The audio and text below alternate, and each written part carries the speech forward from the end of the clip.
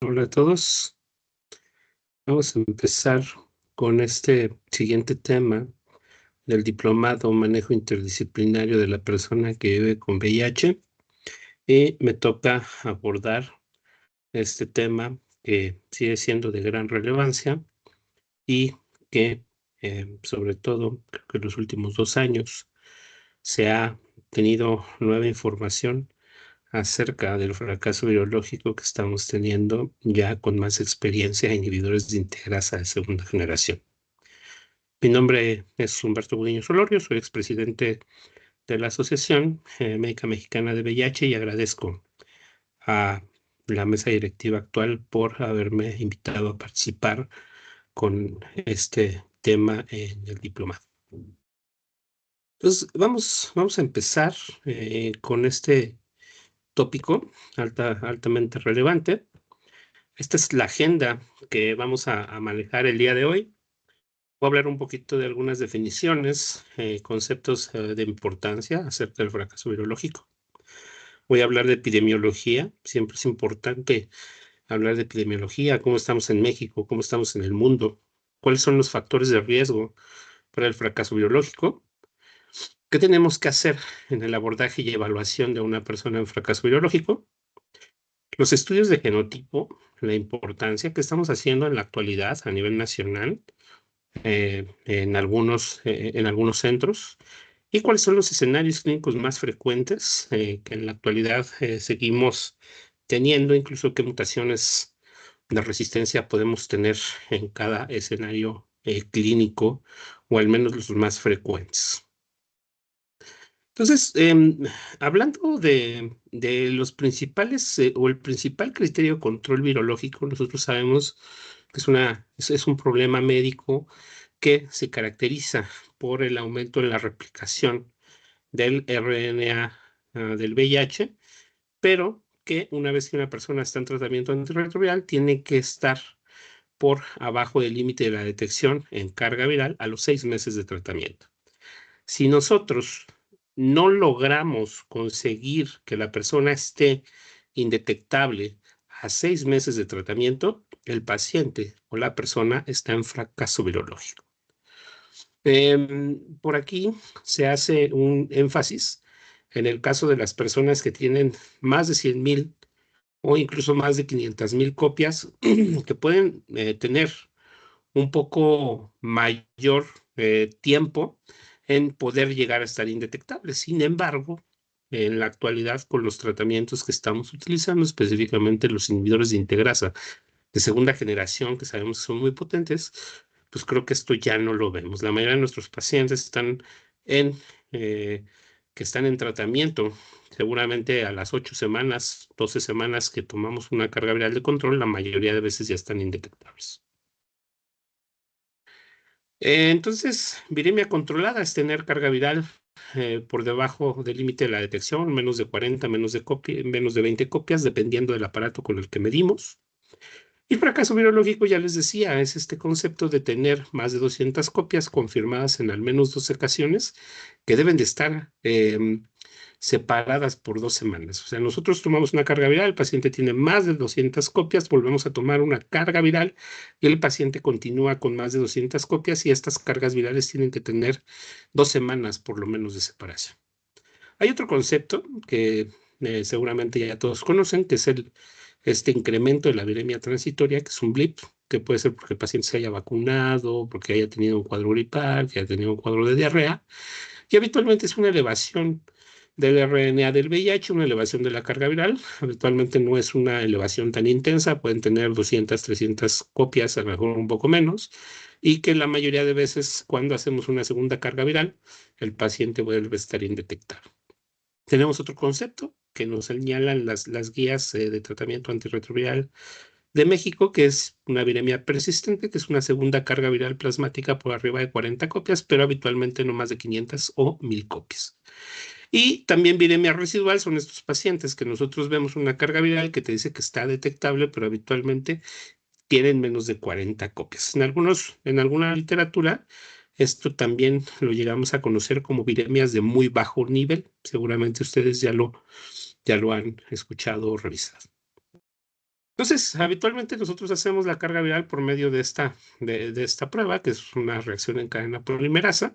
Entonces, el objetivo es que a 6 meses el paciente ya esté en su presión biológica, esté indetectable, ¿de acuerdo? Pero si el paciente tiene 2 cargas virales después de 6 meses de haber estado en tratamiento antirretroviral, nosotros decimos que estamos en fracaso virológico. Si una persona tiene algo que se le conoce como viremia de bajo nivel, que son pacientes que tienen más de 50 copias, pero habitualmente menos de 200 copias. Este es un concepto creo que importante, donde muchas veces no sabemos qué es lo que se tiene que hacer. Si hay algunos factores, más adelante tengo una diapositiva específica de viremias de bajo nivel, pero en algunos contextos sí se ha visto que se puede asociar con el incremento del riesgo de fracaso virológico. ¿De acuerdo? Y en algunas guías incluso se es más estricto y incluso los pacientes, por ejemplo, si nosotros podemos revisar las guías de GESIDA, si la persona está con más de 50 copias y esto es repetitivo, una de las recomendaciones es que tomemos la misma conducta terapéutica de cuando tenemos más de 200 copias. Entonces, voy a hablar de 3 conceptos que creo que son muy importantes en el manejo del fracaso virológico. Uno de ellos es la barrera genética. Esta barrera genética es el conjunto de mutaciones que son necesarias para que el VIH genere resistencia a un fármaco antirretroviral. Nosotros decimos que a una mayor cantidad de mutaciones que se requiera para que un fármaco pierda actividad, un fármaco tiene una mayor barrera genética. Y por el contrario, si con una sola mutación se pierde la efectividad del tratamiento antirretroviral, decimos que tiene baja barrera genética un fármaco. Y también hablamos de la mano de este concepto que se le conoce como robustez. Lo robustez es qué tanto tiempo va a tardar un medicamento en perder su actividad contra el virus. Nosotros decimos que hay algunos medicamentos que son muy robustos y hay algunos medicamentos que son poco robustos. El caso de la nevirapina. La nevirapina basta con que el paciente se deje de tomar algunos días el tratamiento antirretroviral para que se pueda generar esa resistencia. Sin embargo, hay algunos fármacos que nosotros sabemos que son muy robustos, como cuáles, como los inhibidores de la proteasa, por ejemplo, los inhibidores de la integrasa, específicamente los de segunda generación, que puede llegar a tardar un tiempo largo de que el paciente esté con mala adherencia, que se esté tomando mal el medicamento para que pueda perder la actividad de ese medicamento en contra del virus. Y hay otro concepto importante que se le conoce como la potencia intrínseca, que nosotros ya les había comentado. Hay fármacos que nosotros decimos que son muy potentes. ¿Y de dónde sacamos de que son muy potentes? Precisamente de esta situación, de la potencia intrínseca, que es la capacidad que tiene un solo fármaco para disminuir la carga viral, que habitualmente lo podemos medir en los ensayos clínicos o en los ensayos más bien que se hacen o en los estudios que se hacen habitualmente in vitro. Lo podemos medir a una semana, lo podemos medir a 10 días y algunos estudios en un mes. Y habitualmente la unidad de medida es logaritmos copias. Esos 3 conceptos son muy importantes. Entonces, aquí, pues precisamente esta gráfica que es clásica. Entonces, por ejemplo, en la línea de abajo, podemos ver que este concepto de barrera genética, hay fármacos que son de alta barrera genética, se requieren muchas mutaciones para que se pierda la actividad de ese medicamento contra el virus. Sin embargo, hay algunos medicamentos, aquí ponemos el caso de la nevirapina o de la lamivudina y antrocitabina, que requieren poco tiempo para que se pueda perder la actividad de ese medicamento. En el caso de los inhibidores de integrasa de segunda generación, que es lo que estamos utilizando en la actualidad, prácticamente en el 95% de nuestros pacientes en primera línea, decimos que son fármacos que son muy potentes, tienen una capacidad para disminuir de forma grande la carga viral a poco tiempo, pero también tienen una buena barrera genética. ¿Será equiparable y comparable a los inhibidores de la proteasa? Posiblemente no, ¿de acuerdo? Pero sí también son muy buenos. Y recuerden que una de las cosas que ha mejorado con estos fármacos inhibidores de integrasa segunda generación es que se toleran mejor que los inhibidores de la proteasa. Entonces, habitualmente nosotros, cuando tenemos un virus que es totalmente susceptible a los fármacos antirretrovirales, pues nosotros habitualmente los virus que proliferan son virus que les conocemos como salvajes, ¿de acuerdo? Pero si nosotros tenemos a lo mejor un virus que ahí habitualmente ya puede tener alguna resistencia, que lo vemos aquí en los puntitos rojos, y nosotros le damos una presión farmacológica a este virus, habitualmente lo que vamos a hacer es que vamos a presionar desde el punto de vista farmacológico, vamos a disminuir estas poblaciones que son susceptibles, pero vamos a ocasionar que proliferen las poblaciones que son resistentes a los medicamentos antirretrovirales. Entonces, ahí partimos también cuando nosotros tenemos un paciente que está en fracaso virológico, por eso también es muy importante que cuando nosotros hagamos un estudio de genotipo, un estudio de genotipo viral, el paciente por lo menos tenga 4 semanas estando tomando el tratamiento antirretroviral. Si el paciente habitualmente está sin presión farmacológica, le voy a hacer eh, el estudio de genotipo a un virus salvaje, un virus wild type. Entonces, cuando nosotros iniciamos el tratamiento antirretroviral y no tenemos, tenemos un virus que es susceptible al tratamiento, pues lo que nosotros esperamos es que la respuesta inicial sea muy buena y que disminuya tanto los virus susceptibles como los virus que pudieran ser resistentes, sobre todo cuando son poblaciones minoritarias, que eso es lo que ocurre en en la mayoría de las ocasiones.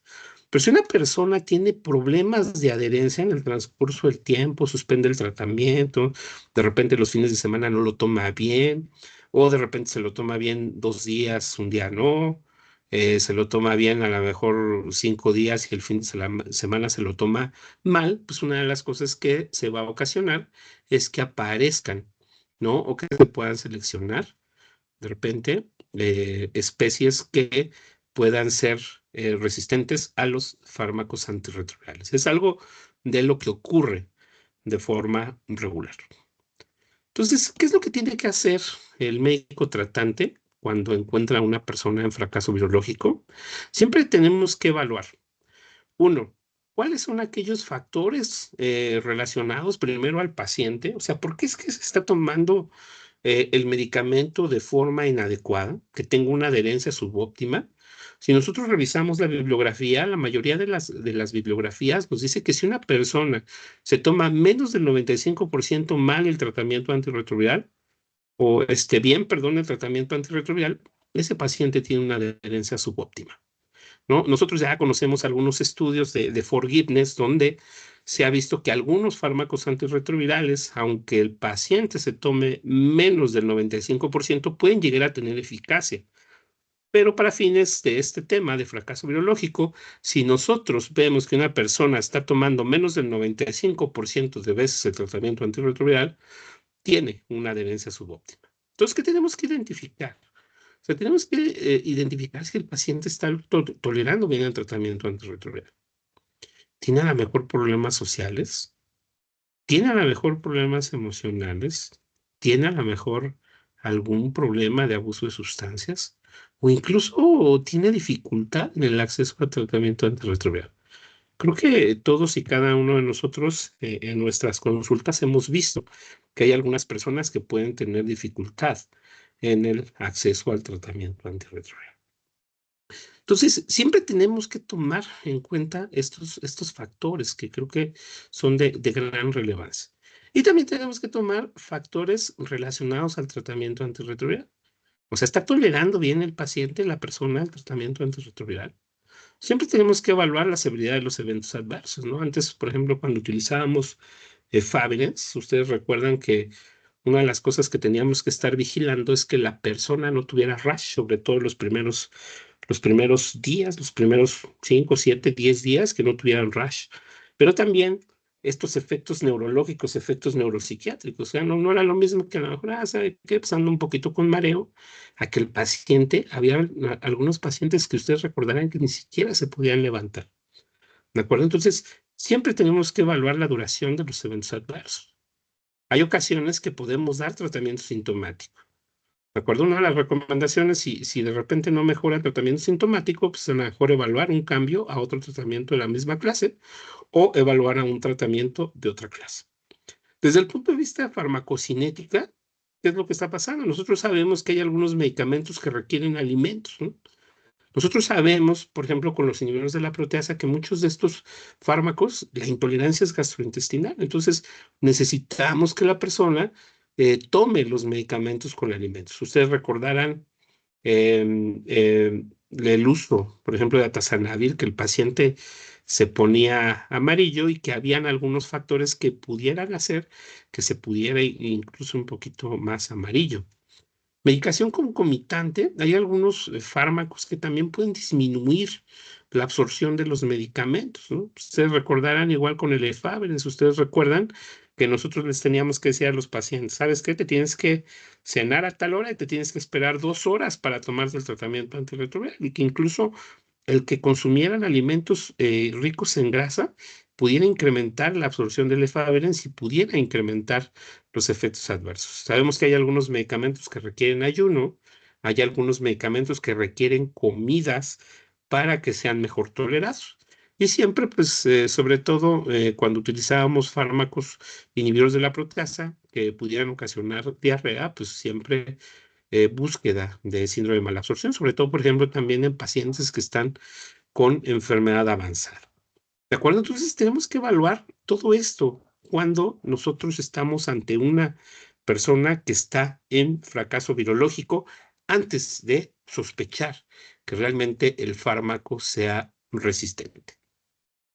Aquí del lado derecho les pongo una tablita de un estudio que se hizo del 2012 al 2015 en la clínica donde tengo la oportunidad de trabajar, que es la clínica especializada Condesa, donde se veían algunas enfermedades relacionadas a la salud mental que eran muy, muy, muy frecuentes. Fíjense, la mayoría de los pacientes tenían algún trastorno relacionado a la salud mental. Hay algunos pacientes que tenían trastorno de ansiedad y algunos pacientes que tenían trastornos depresivos mayores y algunos pacientes que tenían trastorno por abuso de sustancias. Pues se dan cuenta, una gran proporción de las personas que iniciaban tratamiento antirretroviral tenían algún problema relacionado a la salud mental.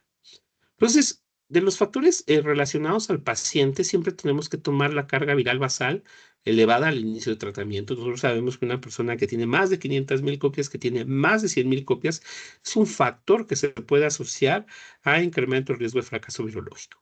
Igual el tener un conteo de CD4 bajos también se asocia a un incremento del riesgo de fracaso virológico, obviamente a tener otras coinfecciones, pero también esto se asocia a riesgo de fracaso virológico.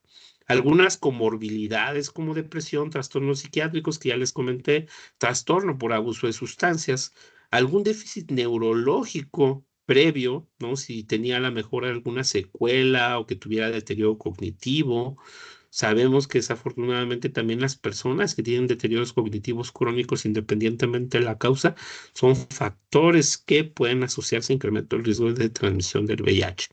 Déficit neurológico relacionado al VIH también. Resistencia previa, creo que es uno de los estudios clásicos que se realizó más allá de como en el 2015-2016, que después alimentó un reporte de resistencia a drogas de la OMS, donde se mencionaba que los análogos no nucleósidos teníamos una resistencia primaria cercana al 10% y una resistencia transmitida cercana al 15.5%. ¿De acuerdo? Entonces eso también lo tenemos que tomar en cuenta cuando nosotros tomamos la decisión de iniciar un tratamiento antirretroviral. Acuérdense que también por estas circunstancias se cambió las recomendaciones de iniciar fármacos basados en un inhibidor de integrasa de segunda generación, como puede ser Victegravir. También la resistencia secundaria, ¿no? Son pacientes que ya han estado yendo y viniendo del tratamiento antirretroviral. Está bien demostrado que una persona que suspende el tratamiento y que se desvincula de la atención, también ese es un factor de riesgo para la suspensión del tratamiento antirretroviral. Mala adherencia, acceso intermitente, interrupción del tratamiento y malas condiciones psicosociales.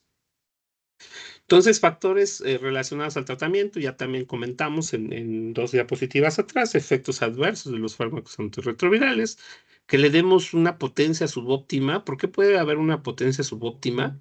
A lo mejor por una mala prescripción, que demos un esquema con 2 fármacos cuando se requieren 3, o que incluso a lo mejor pues por una no actualización del mismo médico de un esquema subóptimo, también pudiera ser. La verdad es que eso se ha visto. Esquemas con monoterapia o biterapia, que realmente pues, es raro, pero puede estar. Ya habíamos comentado requerimientos alimentarios, esta situación de Lefebvre, que ya comenté, lo de los inhibidores de la proteasa, dar con alimentos. Esto pues ya cada vez lo estamos viviendo o menos. Alto número de tabletas. La verdad es que en la actualidad una de las grandes ventajas que tenemos con los esquemas actuales es que damos esquemas que son desde el punto de vista de posología muy cómodos, la mayoría de veces una vez al día. Hay pocos fármacos en la actualidad que damos 2 veces al día, ¿no? O que incluso pudiéramos indicar que una tableta la tomen en la mañana y otra en la noche. Siempre las interacciones droga-droga, que son las cosas que nosotros tenemos como médicos que evaluar cuando tenemos una persona que está en fracaso biológico. Entonces, aquí les comento, en México y en el mundo, la principal causa de fracaso a tratamiento, de falla a tratamiento antirretroviral, es la mala adherencia. Les decía que esta de la complejidad de la administración, efectos adversos, cada vez es menos frecuente. Realmente creo que sí ha mejorado en el transcurso de los años la cantidad de personas que teníamos en fracaso biológico, y eso tiene que ver con las nuevas terapias y con la simplicidad, la potencia que tienen los nuevos fármacos. Sin embargo, pues no podemos perder de vista que a pesar de que haya menos efectos adversos, sigue habiendo efectos adversos a los fármacos antirretrovirales, y esto puede impactar en la adherencia al tratamiento antirretroviral. Defectos en la absorción, interacciones farmacocinéticas, ¿no? De hecho, hay un concepto también que se conoce como pill fatigue, que es que las personas se fatigan, se cansan de tomar tratamiento, y está escrito no solamente para el VIH, sino también para muchas otras condiciones crónicas. Entonces, cuando tenemos una persona en fracaso virológico, siempre tenemos que evaluar qué tan adherente está. Ya les comentaba, si una persona tiene una adherencia de menos del 95%, tenemos que ver qué está pasando. ¿De acuerdo? Pero antes de realizar un genotipo viral, tenemos que evaluar efectos adversos, ya lo comentamos, interacciones farmacológicas. ¿Hay algún medicamento o alguna sustancia que esté consumiendo el paciente que está ocasionando una disminución de las concentraciones del fármaco? Tenemos que tomar en cuenta la historia farmacológica y qué tanto tiempo de falla virológica tiene. No es lo mismo que una persona esté fallando durante 2 meses o 4 meses el tratamiento antirretroviral, a que ya tenga 1 o 2 años en tratamiento antirretroviral. Entonces, una vez que nosotros tomamos en cuenta todas estas circunstancias y vemos si el paciente es candidato a un genotipo viral, lo tenemos que realizar. ¿De acuerdo? Si es que es factible mejorar la adherencia mediante algunas intervenciones, lo podemos hacer. ¿De acuerdo? Si no tenemos la posibilidad de realizar un estudio de genotipo viral, tampoco tenemos que tardar mucho tiempo en hacer el cambio a un esquema antirretroviral de forma empírica, porque eso también se ha visto que impacta de forma negativa en la mortalidad de las personas. Hablar un poquito de estudios genotípicos pues es creo que de importancia. Hay que recordar que estos estudios no son un antibiograma. Hay varios algoritmos de interpretación. Creo que de los más conocidos es el Stanford, que creo que ya la mayoría conoce, hemos visto. También el Monogram también es de los que más se utilizan. Una de las cosas es que esta base de datos de Stanford va mejorándose y va cambiando conforme van saliendo estudios clínicos. Entonces, las personas que están encargadas, en este caso, en la Universidad de Stanford, de esta plataforma, de esta base de datos, se está actualizando.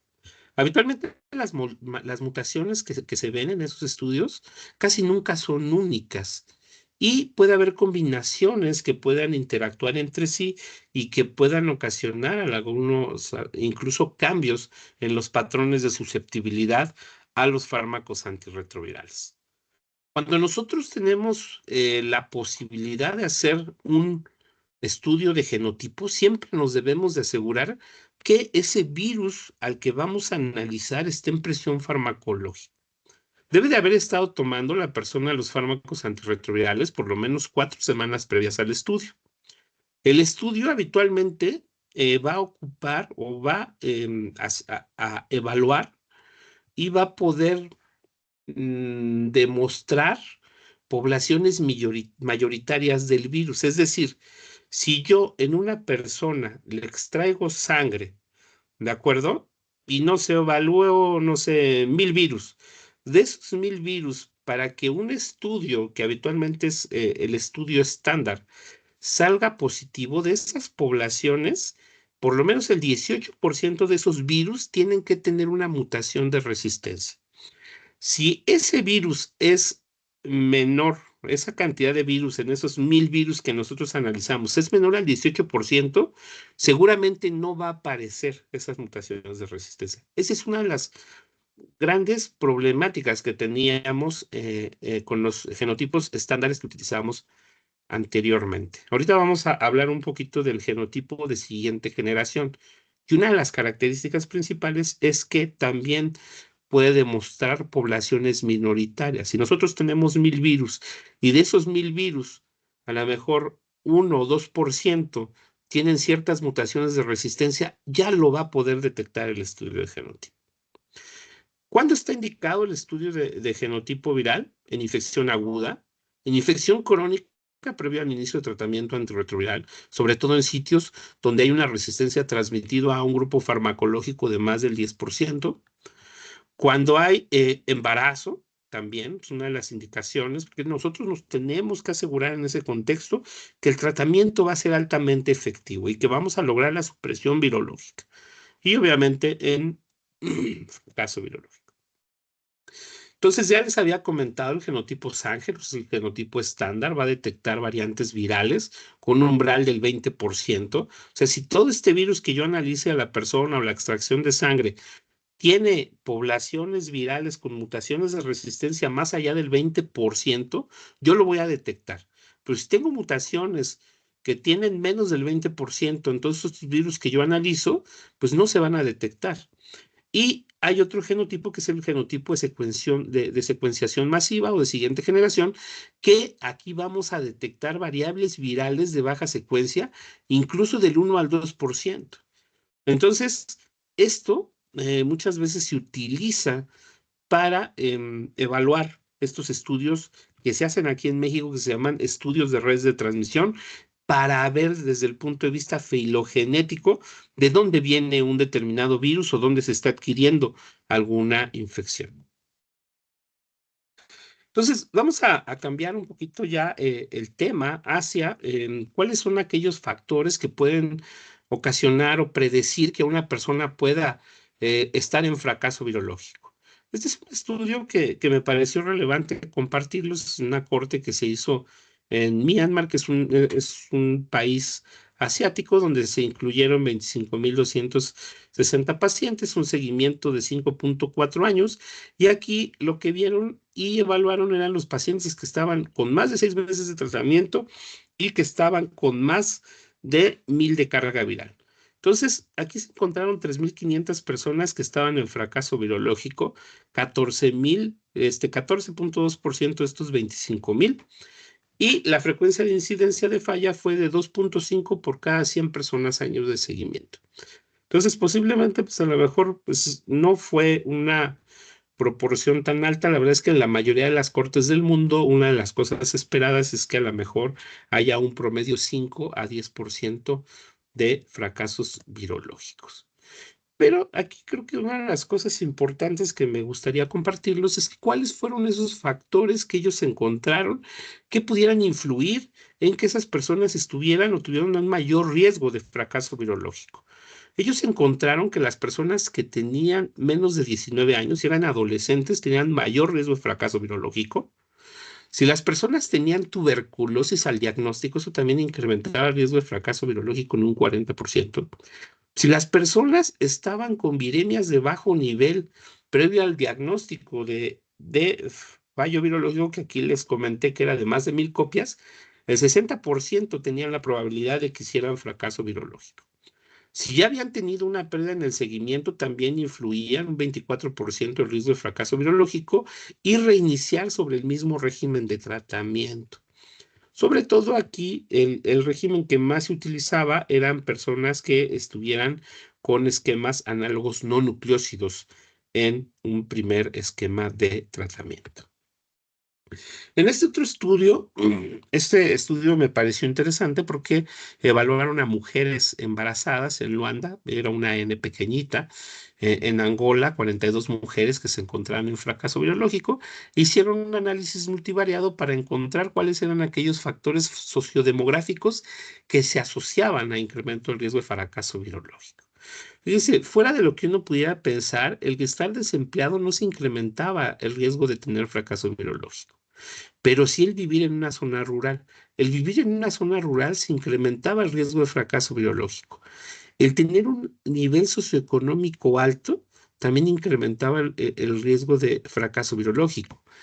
Y me podrán decir, oye, pues lo esperado a lo mejor es que si yo tengo un nivel socioeconómico mayor, pues es que no hubiera o tuviera a lo mejor un poco más de conciencia en la enfermedad. Sin embargo, aquí esto lo asociaron los autores con un incremento del estigma que hay hacia las personas. Entonces, había la posibilidad de que las personas se acercaran menos por este mismo estigma y autoestigma a los servicios de salud.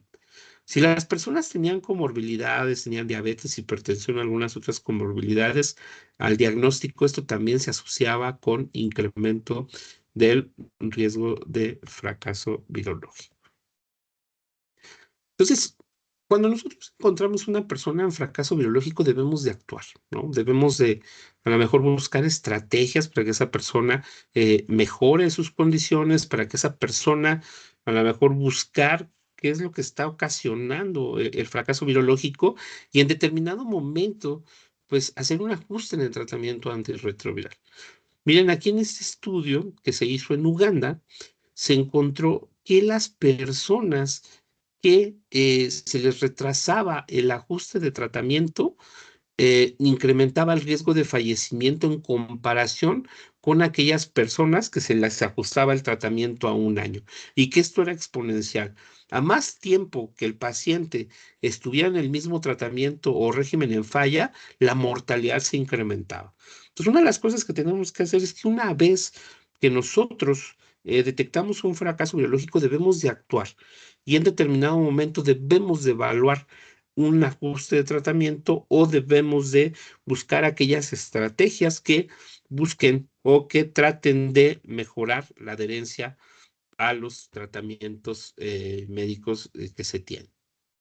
Este, este es, pues es un reporte, es el reporte breve de resistencia de la OMS, me pareció relevante.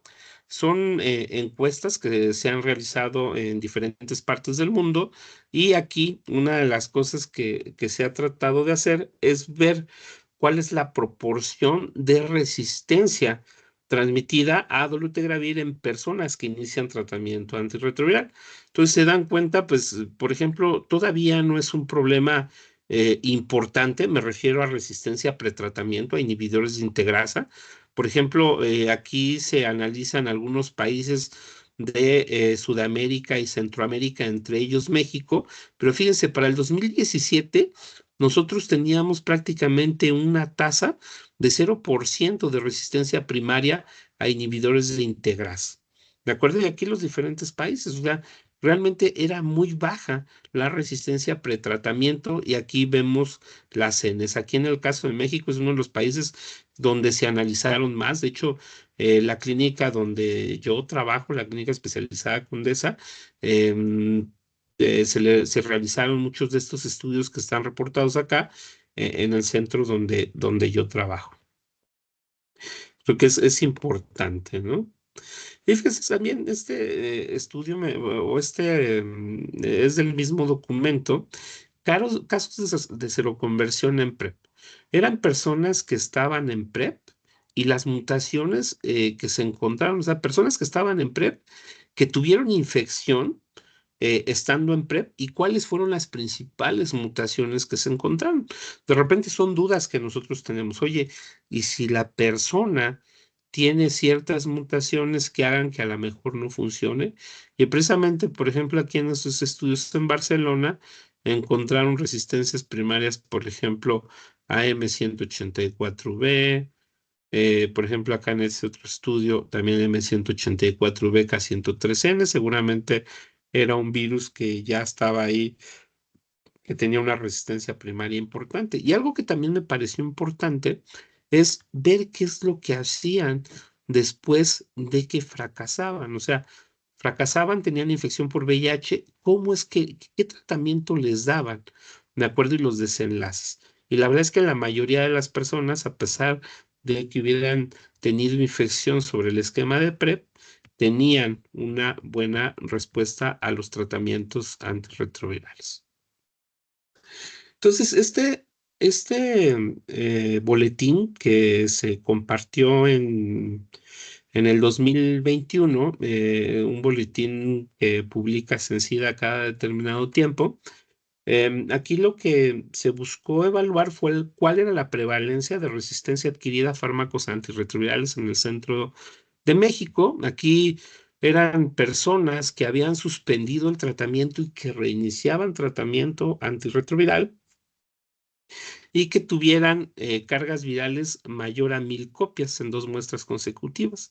Entonces aquí lo que hicieron es que se incluyeron 270 secuencias y análisis de muestras, y aquí lo que se buscó es ver de esas personas que estaban en fracaso virológico, de estas 270 personas de la Ciudad de México y el Estado de México, qué porcentaje de estas personas tenían resistencia secundaria.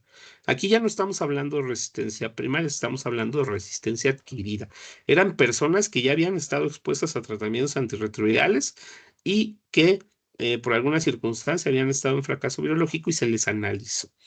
Y aquí, mire, es importante que vean la resistencia secundaria que había a análogos no nucleócidos y análogos nucleócidos.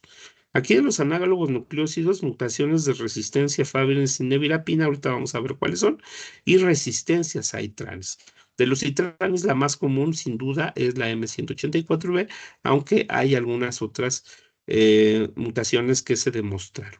Esto es compatible con la literatura internacional. Si nosotros nos ponemos a revisar los reportes de drogas, de resistencia a drogas del 2017 de la OMS, más o menos la tasa de resistencia adquirida en países donde había un uso masivo de análogos no nucleócidos, más o menos estaba como en un 50%.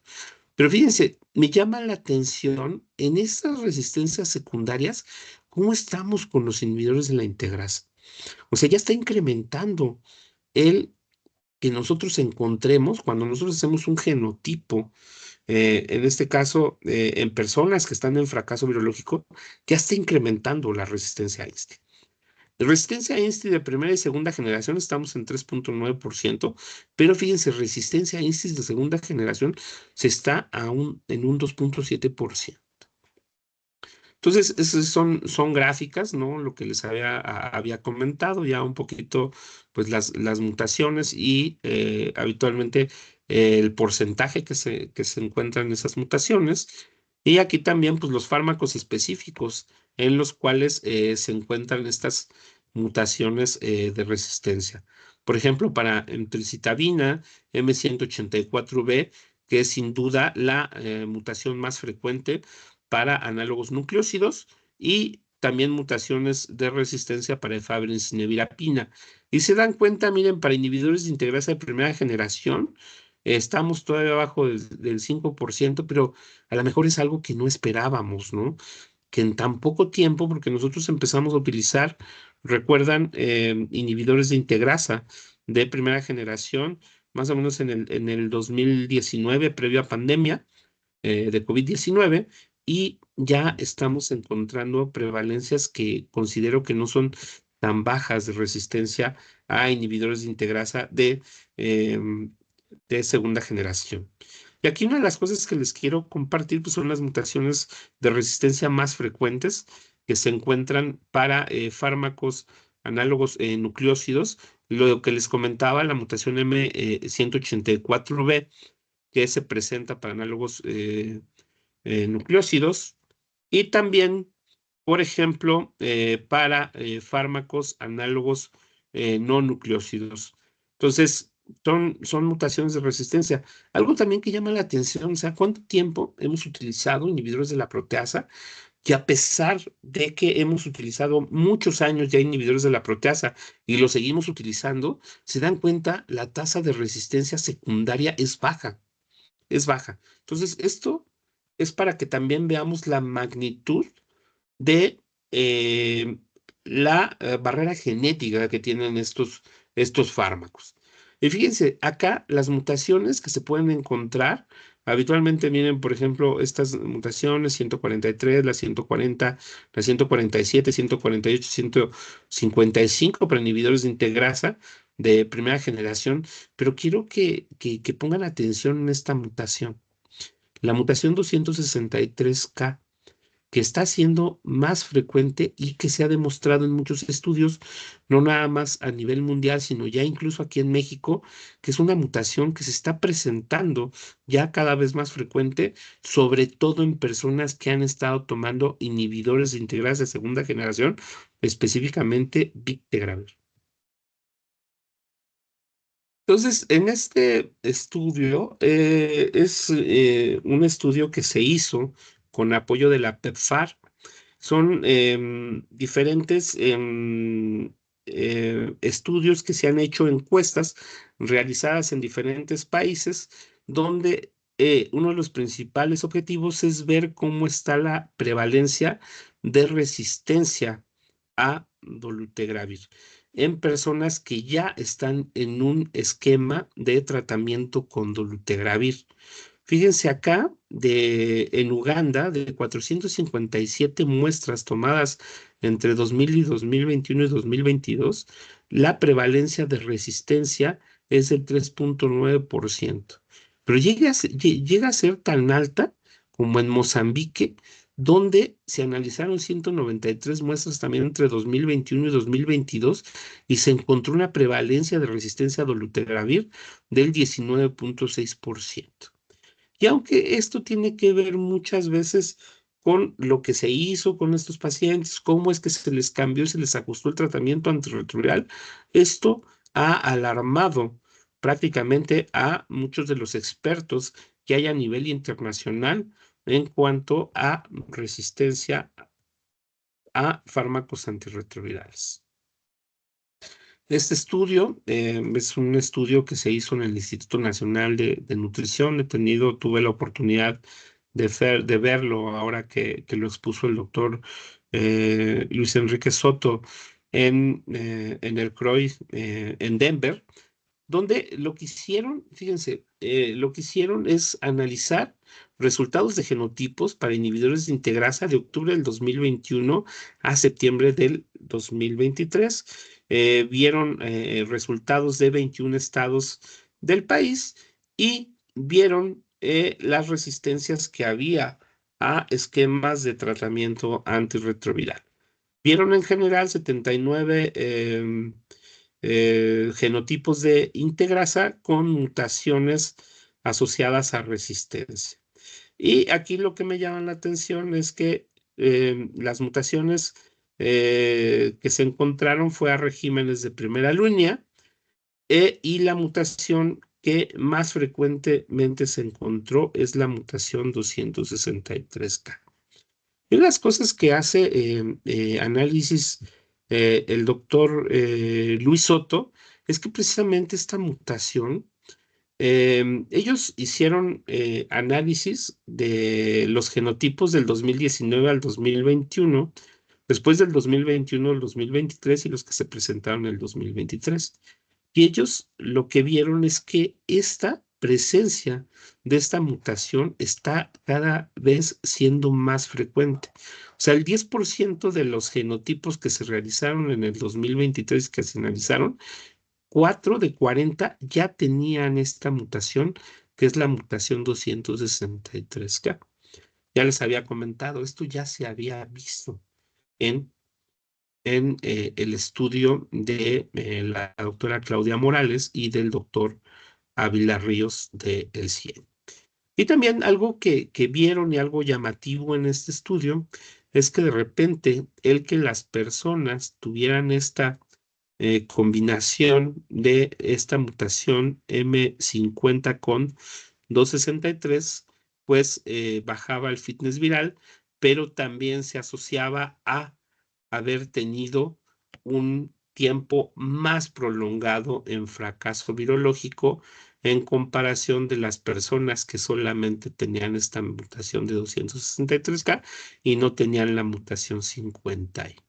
Entonces, creo que son datos importantes. Esta mutación creo que cada vez va a ser más frecuente en nuestro país y sin duda va a impactar en la susceptibilidad, no solamente a Vitegravel, sino potencialmente a algunos otros fármacos.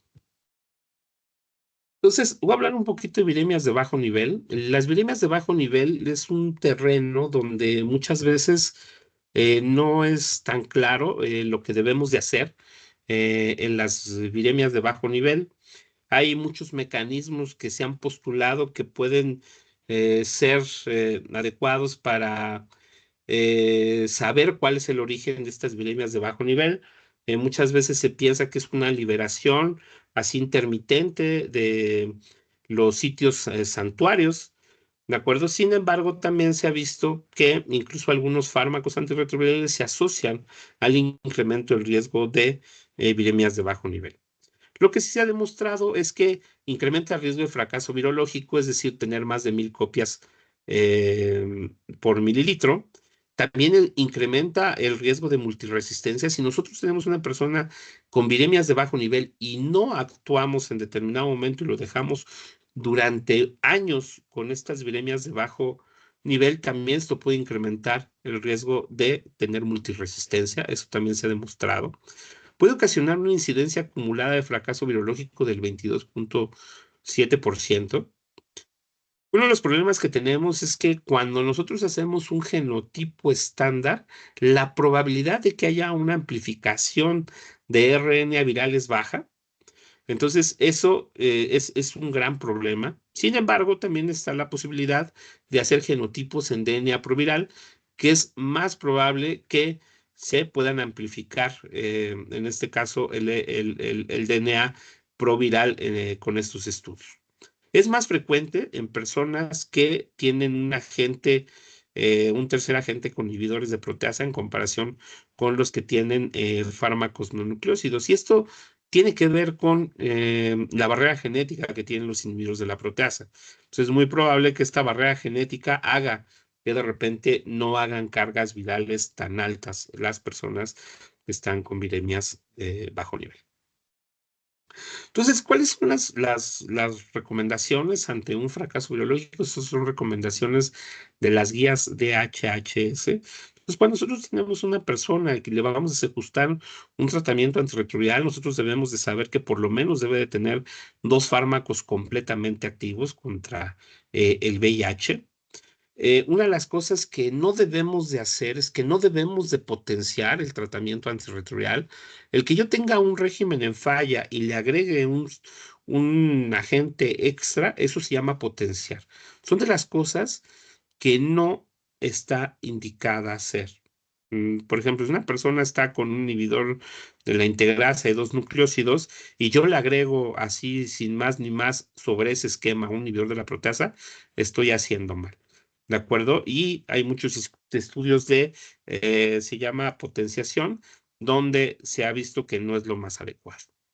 Sobre todo para pacientes multiexperimentados a tratamiento en quienes no es posible la supresión virológica máxima, uno de los objetivos es dar un régimen de baja toxicidad que preserve los CD4 y que retrase la progresión clínica de la enfermedad.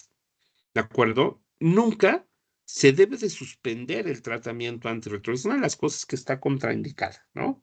Antes, no, a veces que el paciente está tomando el tratamiento, no está tomando el tratamiento, o está tomando mal, hay que quitárselo, ¿no? Es una de las cosas que no deberíamos de hacer o que no se deben de hacer. Cuando no es posible construir un esquema supresor por multiresistencia, el clínico deberá valorar e ingresar al paciente a un protocolo de investigación, ¿no? Esto es lo que ocurrió a lo mejor con estos protocolos como el protocolo BRIGHT 1 y 2, donde se utilizó fostemsavir, donde muchos pacientes que ya no tenían opción de tratamiento terminaron o estuvieron en ese ensayo clínico. La suspensión total del tratamiento puede ocasionar un rápido incremento en la carga viral y descenso de los CD4 con riesgo alto de progresión de la enfermedad, por lo cual no está recomendado. Siempre que nosotros evaluemos un paciente que se encuentra en fracaso virológico y que tiene un régimen donde tenemos TDF, tenemos que ver si el paciente tiene datos de coinfección con virus de hepatitis B, y en caso de que tenga infección con virus de hepatitis B, no debemos de suspender el tratamiento con tenofovir, ya sea alafenamida fumarato o disoproxil fumarato o succinato. Nunca deberá agregarse un fármaco nuevo, que ya les comenté, se puede llamar ya sea potenciación o intensificación del tratamiento antirretroviral, y siempre tenemos que tomar en cuenta la historia farmacológica del paciente. ¿De acuerdo? Entonces, esas son las recomendaciones que nos dan las guías de HHS. Entonces, este análisis es un análisis que ya está un poquito viejito, que hizo el doctor Andrew Hill, que él se encuentra en la Universidad de Liverpool, que seguramente muchos de ustedes conocen, es un experto en resistencias, el doctor, y que seguramente ustedes ya han leído varios de estos estudios sobre los cuales él hace este análisis. Él escribió esta pequeña editorial en el Lancet Infectious Diseases en el 2017, donde él hace análisis del estudio Ernest, Second Line o Dean Downing, y donde él ve que el reciclar los fármacos análogos nucleósidos posterior a un fallo a dos nucleósidos más un no nucleósido es muy efectivo, ¿de acuerdo? Incluso aunque no tengas fármacos activos en los no nucleósidos, es igual o más de efectivo que el tener muchos fármacos activos. Si ustedes recuerdan el estudio Ernest era un estudio de tres brazos, donde un brazo era pacientes que estuvieran en monoterapia con lopinavir y ritonavir, otro brazo eran pacientes que tenían dos nucleósidos más lopinavir y ritonavir, y un tercer brazo que tenían raltegravir con lopinavir y ritonavir. Entonces, aquí lo que hizo el doctor Andrew Hill es que vio ese análisis y vio que las personas que tenían más fármacos activos en ese grupo de tenofovir emtricitabina con lopinavir y ritonavir habitualmente tenían una menor tasa de respuesta en comparación con los pacientes que no tenían fármacos activos. Suena paradójico, pero eso ocurrió en la mayoría de los estudios. En el Second Line también ocurrió esto. Cuando las personas o cuando los médicos, en este caso, les reciclaban dos nucleósidos, entre menos fármacos activos tenían, la respuesta era mejor. Esto ocurrió en Ernest, esto ocurrió en Second Line, esto ocurrió en Odin y esto ocurrió en Downey. Y es una de las cosas que habitualmente hacemos. Si nosotros estamos en fracaso virológico con dos nucleósidos y un no nucleósido, habitualmente lo que hacemos es que reciclamos los dos nucleósidos. Y es algo de lo que nos han enseñado los diferentes ensayos clínicos, incluso los más recientes de tratamiento antirretroviral. Ahorita más adelante les voy a mencionar dos específicamente. Uno es el estudio Nadia y otro es el estudio Vicent. Entonces, los escenarios clínicos sigue siendo frecuente el fallo virológico de Faviren, sí, sobre todo personas que suspenden el tratamiento y que reingresan. Y la mayoría de las personas que suspenden el tratamiento y reingresan, a lo mejor una conducta no adecuada sería reiniciar sobre el Fabres. Entonces, independientemente del tiempo de falla, si se tiene oportunidad, una de las recomendaciones que se les da es realice estudio de genotipo. ¿De acuerdo? ¿Para qué? Para ver si se tiene falla virológica al backbone, tenofovir emtricitabina, que es lo más común, y al mismo Fabres. ¿De acuerdo? Ya sabemos que la tasa de resistencia secundaria a efavirenz posterior a un fracaso virológico es del 50%, ¿de acuerdo? Con estadísticas y análisis en México. ¿Qué se debe de hacer o qué está recomendado hacer? La recomendación pudiera ser dar tenofovir, disoproxil, succinato con emtricitabina y darunavir potenciado. Nosotros sabemos que lo que hacemos aquí en México es dar darunavir con cobicistat. Otra opción sería dar tenofovir con emtricitabina y dolutegravir. Y otra opción sería dar un INSTI, que habitualmente lo que hacemos ya en la actualidad es dar un INSTI de segunda generación con darunavir potenciado. Por ejemplo, si nosotros damos darunavir cobicistat con dolutegravir, es una de las opciones de tratamiento. ¿Qué pudiéramos hacer si nosotros tenemos un fracaso virológico a Bictegravir? Estas son recomendaciones de las guías de HHS y también incluso las guías nacionales de SENSIDA nos dan parte de estas recomendaciones. Entonces, si tenemos un fracaso virológico, ya sea Bictegravir o dolutegravir, siempre, independientemente del tiempo de falla, siempre está recomendado realizar un estudio de genotipo, incluyendo inhibidores de integrasa de segunda generación. ¿De acuerdo? Entonces, los escenarios también aquí puede ocurrir es que tengamos un fracaso virológico y que no tengamos mutaciones de resistencia a Bictegravir o dolutegravir, pero también podemos tener el otro escenario que es menos común, que tengamos mutaciones resistentes, mutaciones de resistencia, ya sea al backbone, pero también a Bictegravir o dolutegravir. Ya les comenté, ya tenemos casos en nuestro país de que se está presentando cada vez más comúnmente la mutación 263 y muchas veces el antecedente es el uso de Bictegravir. Entonces, ¿qué es la recomendación de hacer en estos casos? Es poder rescatar con tenofovir disoproxil, succinato fumarato, con emtricitabina y darunavir con cobicistat o darunavir ritonavir. Entonces, esta sería la recomendación después de haber fracasado a Bictegravir o dolutegravir. ¿Y qué pasa si tenemos un fracaso a un backbone con 2 nucleósidos y darunavir con cobicistat? Igual aquí siempre realizar un estudio de genotipo. Una de las recomendaciones que siempre tenemos que tomar en cuenta es que no debemos de bajar la barrera genética en el esquema de rescate. Pudiéramos cambiar a un INSTI de segunda generación y mantener el mismo, en este caso, régimen de el mismo régimen de backbone. También otra de las cosas que se puede hacer, sobre todo si, por ejemplo, hacemos un estudio de genotipo y no encontramos mutaciones de resistencia. Una de las recomendaciones, sobre todo cuando está con este esquema que yo considero en la actualidad, y pues la bibliografía así lo respalda, que es el esquema que tiene una mayor barrera genética en la actualidad, que es el darunavir con cobicistat. ¿De acuerdo? Entonces, sin embargo, hay que tomar en cuenta la diapositiva que les presenté. O sea, si nosotros tenemos una persona que está en fracaso virológico y nosotros lo dejamos en tratamiento antirretroviral y no cambiamos este tratamiento antirretroviral, el riesgo es que pueda incrementar el riesgo de fallecimiento. Entonces, las mutaciones que podemos encontrar la K103N, que es para efavirenz.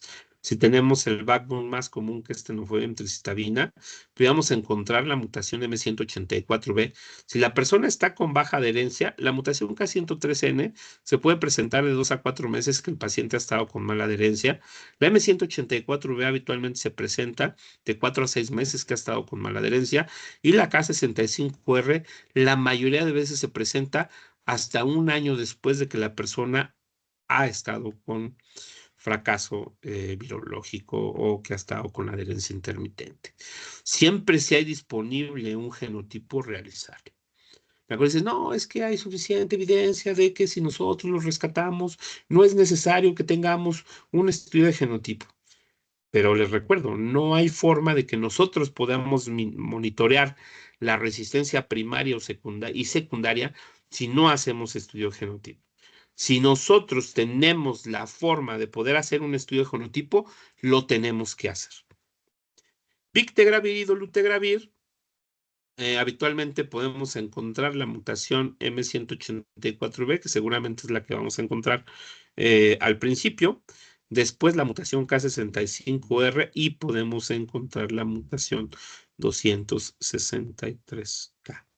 Siempre debemos de realizar un estudio de genotipo y obviamente genotipo con inhibidores de integrasa, ¿de acuerdo? Que en muchos lugares se tiene que pedir y hacer aparte. Darunavir covicista, sobre todo si es el primer año, los primeros meses de tratamiento, lo más común es que encontremos la mutación M184V y la mutación K65R.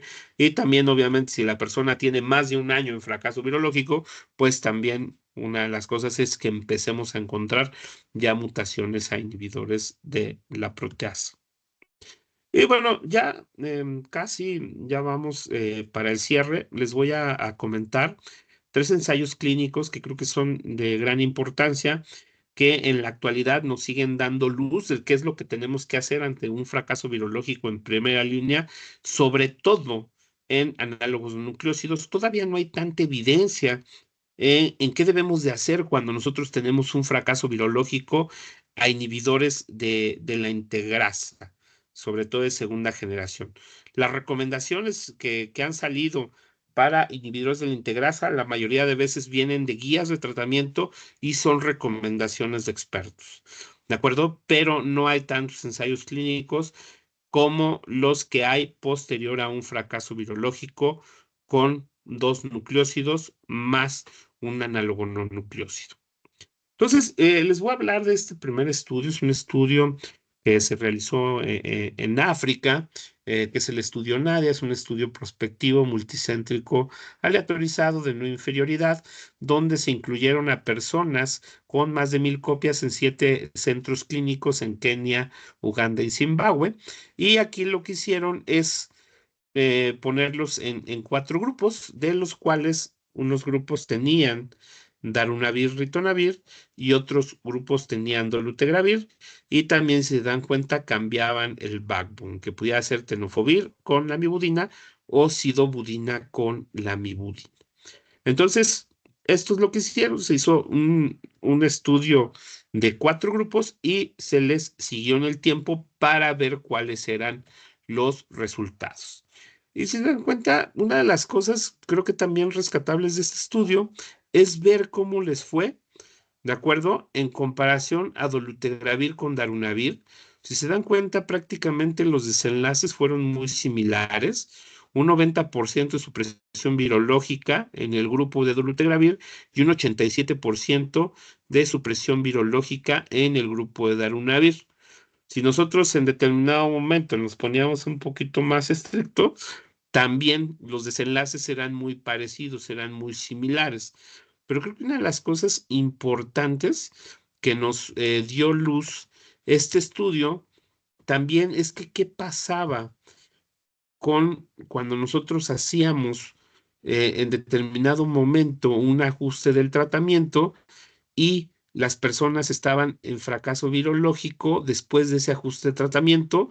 Una de las cosas que se demostró es que si nosotros acompañábamos, ya sea dolutegravir con darunavir, con tenofovir, el riesgo de fracaso virológico al rescate era menos frecuente si lo acompañábamos con sidobudina. Entonces, una de las cosas que nos enseñó este estudio, aparte de comparar dolutegravir con darunavir y ver que estos dos esquemas eran no inferiores, es que es mejor, después de un fracaso virológico, acompañar estos dos fármacos con tenofovir emtricitabina en comparación con sidobudina lamivudina.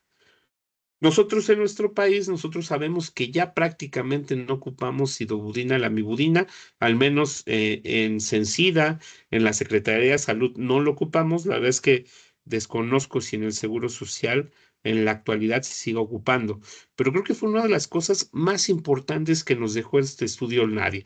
Uno, demostrar que no había inferioridad entre dolutegravir y darunavir, pero también que el acompañar a este esquema con tenofovir era mejor que acompañarlo con sidobudina.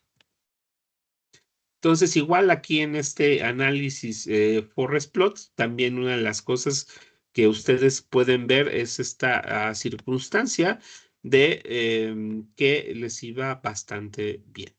Y otra de las cosas, creo que también de gran importancia es que, fíjense, a pesar de que habían mutaciones de resistencia presentes, la tasa de respuesta a los tratamientos antirretrovirales incluso eran mejor en comparación a que si no hubiera mutaciones de resistencia. Entonces, si tenían la mutación K65R o M184B, la respuesta y la eficacia era mejor en comparación a que si no la tuvieran. Entonces, yo creo que también es una de las cosas que nos hablan bastante bien, en este caso, de el uso y reciclado de tenofovir emtricitabina posterior a un fracaso a primera línea. Otro de los estudios y ensayos clínicos que les quiero compartir, que también es un estudio relativamente reciente, es el estudio D2F. Es un estudio donde se evaluó dolutegravir y darunavir en personas que no respondían al tratamiento antirretroviral, que venían de un fracaso virológico a dos nucleócidos con un no nucleócido. Entonces, aquí el estudio tuvo dos fases. Una primera fase donde se empezaron a reclutar pacientes. Sin embargo, por motivos de la pandemia, se dejó de hacer como el reclutamiento de los pacientes y se detuvo un poco el reclutamiento de los pacientes y después se tuvo un segundo estadio de este estudio donde se le agregó otro grupo de pacientes. Entonces, aquí se tomaba como estándar de tratamiento pacientes que fueran rescatados con dos nucleócidos y darunavir potenciado, y el grupo comparador era dolutegravir con darunavir potenciado. Y ya después, en el 2018, se reclutó este otro brazo del estudio, donde de hecho era una mayor cantidad de pacientes. Vamos a ver en la siguiente diapositiva la gráfica, y se agregó este grupo de tenofovir con lamivudina o emtricitabina y dolutegravir. Entonces, ya les había comentado, este estadio 1, donde se empezaron a reclutar, este era el tratamiento estándar, que era dos nucleócidos más un inhibidor de la proteasa reforzado, y el grupo comparador, que era dolutegravir con darunavir ritonavir, que era un esquema libre de análogos nucleócidos. Entonces, aquí lo que se buscaba era la no inferioridad en los grupos de intervención frente al tratamiento estándar, y el seguimiento se iba a hacer a 96 semanas, y lo que se iba a hacer es vigilar el análisis por snapshot de menos de 50 copias posterior a la finalización del estudio, que era a 96 semanas.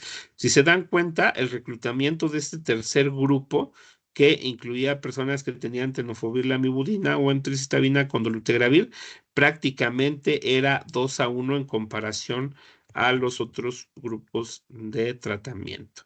Entonces, sí incluyó a personas que tenían más de 18 años, que habían fallado, ya les había comentado, a un esquema de 2 nucleócidos más uno nucleócido y que tuvieran cargas virales por arriba de 500 copias, posterior a 24 semanas de haber estado tomando el tratamiento antirretroviral. Uno de los objetivos es que no se iba a incluir a personas que tuvieran ya exposición previa a inhibidores de integrasa o inhibidores de la proteasa. Obviamente, como era era un estudio donde se iba a quitar personas que tuvieran, uno de los grupos era libre de nucleócidos, y no les podíamos dar tenofovir, teníamos que, o se tenían que excluir a personas que fueran positivas a antígeno de superficie de hepatitis B, personas embarazadas o personas que tuvieran alguna comorbilidad o coinfección grave. Entonces, hubo 826 participantes de 14 países y se les dio el seguimiento. De hecho, México participó con una cantidad de pequeña pacientes, algunos países de Sudamérica, entre ellos Colombia, Brasil, Chile, algunos países de África y algunos países de Asia. Entonces, aquí son las características basales, los pacientes que estaban en el estadio 1, donde se había reclutado a partir del 2017, y en el estadio 2, donde se habían reciclado a partir del a partir del 2018, donde ya se incluyeron los 3 vasos. Vamos a centrarnos un poquito más acá en que es el estadio 2, que posiblemente es como lo más importante hacer el análisis. Los grupos eran homogéneos, 39 años en promedio, índice de masa corporal, se dan cuenta, tenían índice de masa corporal la mayoría normal. Más o menos el 45-46% eran hombres, ¿no? El 24-23% eran asiáticos y una gran proporción, prácticamente 2/3 partes, eran población negra. El conteo de CD4 no era, digamos, tan bueno, eran personas con enfermedad avanzada que tenían menos de 350 CD4 y personas que tuvieran una media de carga viral, pues no tan elevado. La duración en promedio que tenían de terapia antirretroviral en el grupo de manejo estándar, 4.7 años en promedio, en el grupo de dolutegravir con darunavir ritonavir, 4.4 años, y en el grupo de tenofovir entristabina dolutegravir, 5.4 años en promedio. Y estos son el porcentaje de personas que estaban en eficacia virológica. El grupo que tenía tenofovir emtricitabina con darunavir ritonavir, un 71.4%. Y fíjense, esto es importante, el grupo de dolutegravir con darunavir potenciado, más o menos el 85% de las personas estaban con menos de 50 de carga viral. Y el 78% en el grupo de tenofovir, tricitabina y dolutegravir estaban con eficacia virológica al 78%. Y algo que también llamó la atención es que estas eficacias virológicas se mantuvieron a los 2 años del estudio. Esto es al primer año de estudio. Incluso, por ejemplo, aquí en el grupo de dolutegravir con tenofovir tricitabina se incrementaron el porcentaje de personas que estaban con eficacia virológica. Entonces, una de las cosas que se demostró es que tanto el tener un esquema con dolutegravir con darunavir potenciado, como tener tenofovir emtricitabina con dolutegravir, al parecer era un poco mejor en este análisis de forest plot en comparación con el régimen estándar con significancia estadística. Otra de las cosas que también se vio y se evaluó era el porcentaje de cambio de incremento de CD4. El grupo donde hubo un incremento mayor de la cantidad de CD4 fue en el grupo que tenía dolutegravir con darunavir ritonavir.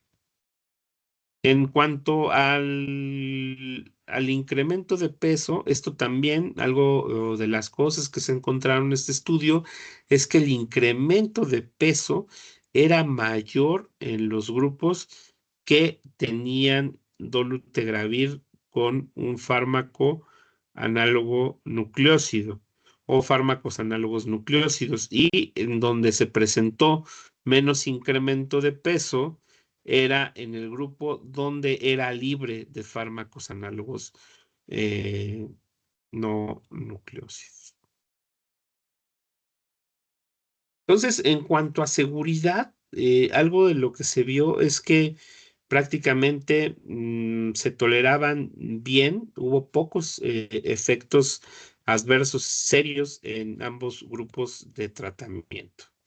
Una de las cosas que llamó la atención es que hubo 37 embarazos en un estudio abierto donde, pues muchas, si se dan cuenta, muchas de las personas eran jóvenes. Entonces se encontró una buena cantidad de personas que estuvieron con embarazo, y de hecho en el grupo que estaban con dolutegravir se documentaron 27 embarazos y no hubo defectos al nacimiento. Entonces, una de las cosas que demostraron este estudio en el D2F es que tanto el grupo de tratamiento de dolutegravir como darunavir ritonavir más, perdón, dolutegravir más darunavir ritonavir es un esquema de biterapia, como el esquema de tenofovir entristabina con dolutegravir, demostraron una superioridad en términos de eficacia virológica y recuperación inmunológica en comparación al esquema que contenía dos nucleósidos más un inhibidor de la proteasa.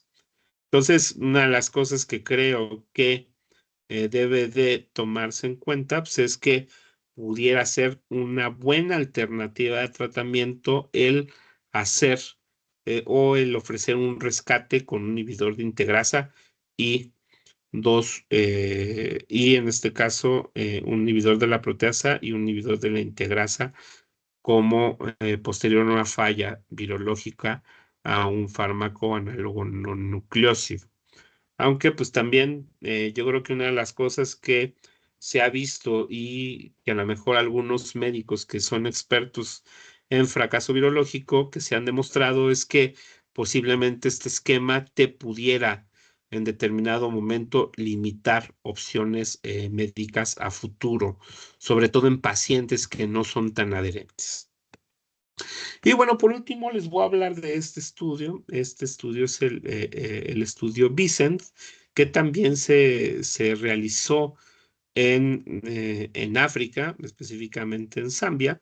Aquí también eran personas que habían estado en tratamiento antirretroviral con tenofovir emtricitabina y un fármaco análogo no nucleósido, y aquí se tuvieron dos grupos, un grupo de ellos eran personas que se les ajustaba el tratamiento, ya sea a TLD, a tenofovir alafenamida, emtricitabina y dolutegravir, o y que tenían menos de 1000 copias, y aquellas personas en un grupo B que tenían más de 1000 copias. Entonces, uno de los objetivos es ver cómo respondían posterior al ajuste de tratamiento y también seguirlos en el tiempo. Uno de los objetivos es que estas personas que se les hacía el ajuste de tratamiento, independientemente que tuvieran 1000 copias o más de 1000 copias al momento de hacer el ajuste de tratamiento, es que pudieran estar indetectables en los análisis subsecuentes, ya sea a las 48 o 96 semanas y después a la extensión del estudio. Este es el diseño. Entonces, se tenían dos brazos, personas que tuvieran cargas virales de menos de 1000 copias y personas que tuvieran cargas virales de más de 1000 copias. Las personas que tenían cargas virales de menos de 1000 copias se incluyeron a un grupo que fuera de tenofovir, lamivudina y dolutegravir, o que estuvieran en otro grupo con tenofovir, alafenamida, emtricitabina y dolutegravir. Y las personas que estuvieran en el brazo B, que eran personas que estuvieran en fracaso virológico con dos nucleósidos y un análogo no nucleósido, se les podía meter a estos dos grupos. Un grupo con tenofovir, lamivudina, dolutegravir, TLD, o otro grupo con tenofovir, lafenamida, emtricitabina, dolutegravir, y otro grupo que tuviera dos nucleósidos. ¿Cuáles eran esos dos nucleósidos? AZT con 3TC, o que pudieran ir con lopinavir, ritonavir un grupo, y otro grupo que pudiera ir con atazanavir, ritonavir. Entonces, al momento de analizar estos grupos, por ejemplo, en el grupo que tuvieran menos de 1000 copias, eran personas, digamos, como de mediana edad, 44 años en promedio. Las personas que estaban en fracaso virológico tenían de 37 a 38 años en promedio. El porcentaje de mujeres en el grupo de menos de 1000 copias tenían eran 65%, en el brazo de TLD, en el brazo de TAF con dolutegravir 56%. Igual, por ejemplo, algo de lo que uno de los puntos o outcomes secundarios era ver cómo se comportaba en el peso en ambos grupos. Entonces eso era como muy, muy importante. Y también, pues también acá, por ejemplo, en el caso de las personas que tuvieran más de 1000 copias y que se iban a incluir a estos grupos ya fuera de TLD o de TAF con dolutegravir o AZ3TC con un grupo posteado, más o menos estaban en 62%. 2 de cada 3 personas eran mujeres. También se evaluó algunos otros puntos, como puede ser la creatinina, carga viral y conteo de CD4. Entonces, ¿qué es lo que se encontró en este estudio en resultados? Entonces, el 100% eran personas de raza negra, en un estudio que se había realizado en Zimbabue, 61% mujeres, una mediana edad de 40 años. Fíjense, en la semana 48, el grupo A, 88% de las personas que habían sido tratados con tenofovir, lamivudina, con dolutegravir, mantuvieron eficacia virológica, cargas virales indetectables, y 87% de las personas que habían estado con TAF, con emtricitabina y dolutegravir, estuvieron en un 87%. Entonces, prácticamente este grupo que tenía menos de 1000 copias, a los dos les había ido bien. Entonces, eran personas que no estaban en supresión virológica, que venían de un régimen de tenofovir, emtricitabina o sidobudina, lamivudina con un análogo no nucleósido, y se les metió a TLD o TAF con emtricitabina y dolutegravir y les había ido bien y habían conseguido una buena eficacia virológica. En el grupo de las personas que estaban en fracaso virológico, es decir, que habían estado con más de 1000 copias y habían venido de un esquema de tenofovir, emtricitabina con efavirenz o con nevirapina, el 82% de las personas que se les ajustó a TLD, el 82% logró eficacia virológica, en comparación con el 87% que estaba en el grupo de TAF, emtricitabina y dolutegravir, y el 76% de las personas que estaban con la lamivudina, silibudina, con hiperpotenciado, que recuerden, podía ser atazanavir, ritonavir o lopinavir, ritonavir. Entonces, aquí uno de los objetivos principales es ver si estos esquemas basados en dolutegravir, ya sea con TAF o TDF, eran no inferiores a los esquemas de lopinavir, ritonavir o atazanavir, ritonavir, que hasta ese entonces eran esquemas que eran como los recomendados para ajuste de tratamiento antirretroviral, y algo de lo que demostró este estudio, que es el VICENT, es que no hubo una diferencia estadísticamente significativa. Entonces, el rescatar con dolutegravir y TAF con emtricitabina o TDF con emtricitabina era igual de bueno que rescatarlos con inhibidores de la proteasa. ¿Qué es lo que se observó? También hubo algunas circunstancias importantes. A lo mejor una de las cosas que se demostró es que, como ya habíamos visto en otros ensayos clínicos, las mujeres fueron las que más aumentaron de peso. Esta asociación que ya conocemos del uso de TAF con inhibidor de integrasa segunda generación, aquí en este estudio incrementaron 4.8 kilos, en comparación en el régimen de TLD que incrementaron 2.8 kilos, y en comparación de 2.4 kilos que incrementaron el grupo de dos nucleósidos más un inhibidor de la proteasa. En el caso de los hombres, hubo un incremento de peso en general, pero fue prácticamente comparable en cualquiera de los tres grupos. Entonces, ya como conclusión de este estudio, el estudio Vicent comprobó que aquellos pacientes que estaban en un fracaso virológico de tenofovir en tristabina con un nucleócido tuvieron resultados favorables cuando se les ajustaba a un tratamiento ya fuera con TDF-TAF, con la mibudina o entricitabina, y se le agregaba en este caso, inhibidor de integrasa de segunda generación, como pudiera ser dolutegravir. Y bueno, prácticamente son los estudios que les quería compartir. Ya a forma de cierre de esta sesión, puedo concluir que el fracaso virológico ha disminuido en los últimos años gracias a la introducción de terapias antirretrovirales mejor toleradas y con mejor barrera genética. Es importante, considero, seguir monitoreando la resistencia primaria, y no solamente primaria, secundaria también, a inhibidores de integrasa de segunda generación en México y en el mundo. Se está haciendo. La verdad es que el INEV y el Instituto Nacional de Nutrición, que es en los sitios donde se hacen la mayoría de estudios de genotipo en nuestro país, al menos en la Secretaría de Salud, creo que siguen trabajando de forma adecuada y arduamente para seguir dándonos datos de cómo se está comportando esta resistencia. Creo que no lo debemos de perder en cuenta, y creo que uno de los mensajes más importantes es que si tenemos una persona que está en fracaso virológico, no lo debemos de dejar tanto tiempo fallando, porque esto no cabe duda que va a ser deleterio para esta persona. Puede incrementar el riesgo de transmisión de cepas mutantes a otras personas, y no cabe duda que pues, esto puede incrementar el costo para los sistemas de salud a mediano y largo plazo.